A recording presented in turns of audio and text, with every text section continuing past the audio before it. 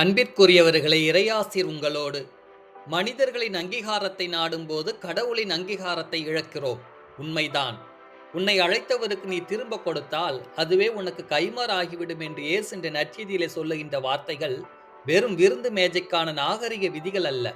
அது யூத கலாச்சாரத்தில் ஆழமாக வேரூன்றியிருந்த என்ன கொடுத்தால் என்ன கிடைக்கும் என்ற சுயநல பொருளாதார கோட்பாட்டை கேள்வி கேட்கிறது. அக்காலத்தில் விருந்தளிப்பது என்பது ஒரு வெறும் உணவு கூடுகை அல்ல. அது சமூகத்தில் லாபம் தேடும் ஒரு முதலீடாக பார்க்கப்பட்டது. நண்பர்கள், உறவினர்கள், செல்வந்தர்கள் ஆகியோரை அழைப்பதன் நோக்கம் இவர்கள் பின்னாளில் எனக்கு திரும்ப செய்வார்கள் என்ற மறைமுக எதிர்பார்ப்பு மட்டுமே இருந்தது. அப்படியா என்று பெருமூச்சிட வேண்டாம். இவற்றில் நாமும் சளைத்தவர்கள் அல்ல. இயேசு விருந்துக்கு அழைக்க வேண்டாம் என்று குறிப்பிட்ட நபர்கள் யார் என்று பார்ப்போமா? நண்பர்கள், உறவினர்கள். இவர்கள் பதிலுக்கு பாதுகாப்பு செய்பவர்கள். நாளை எனக்கு ஒரு உதவி தேவைப்பட்டால் இவர்களை பயன்படுத்தலாம் என்ற எதிர்பார்ப்பு இவற்றில் ஒளிர்ந்திருக்கிறது. செல்வம் படைத்த அண்டை வீட்டார் எப்படிப்பட்டவர்கள்? இவர்கள் சமூக அங்கீகாரத்தை தேடுபவர்கள்.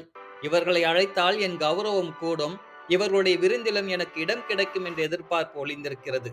ஏழைகள், உடல் ஊனமுற்றோர், பார்வையற்றோர் என்ற இவர்கள் கைமாறு செய்வதற்கு தகுதியற்றவர்கள்.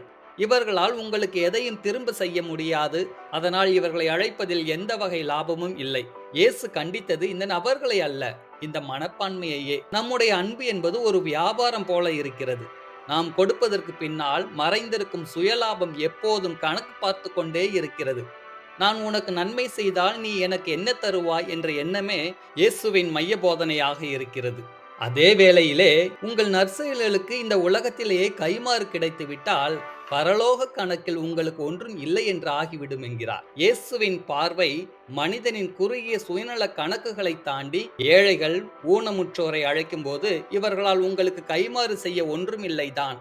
இந்த மக்களை நாம் அழைக்கும் போது நம்முடைய செயல்கள் நேரடியாக கடவுளுடைய வரவு கணக்கில் பதியப்படுகிறது. நீங்கள் மனிதர்களிடம் இழந்த அனைத்தையும் கடவுள் நித்தியத்தில் பல மடங்காக உங்களுக்கு திரும்ப கொடுப்பார். நாம் ஏற்பாடு செய்கின்ற அனைத்து விருந்துகளிலும் கூட, திருமண விருந்துகள் முதல் நற்கருணை விருந்து பெற்ற பிறகு மக்களுக்கு கொடுக்கின்ற விருந்துகள், இன்னும் பல்வேறு விதமான கொண்டாட்டங்களின் போது நாம் எப்படி செயல்படுகிறோம்? உயர்ந்த அந்தஸ்தினர், இருக்கப்பட்டவர்கள் என்று சொல்லி அவர்களுக்கு மட்டுமே ஒரு பந்தியை ஏற்பாடு செய்து அவர்களோடு நமது அன்பை பகிர்ந்து கொள்ளுகிறோம்.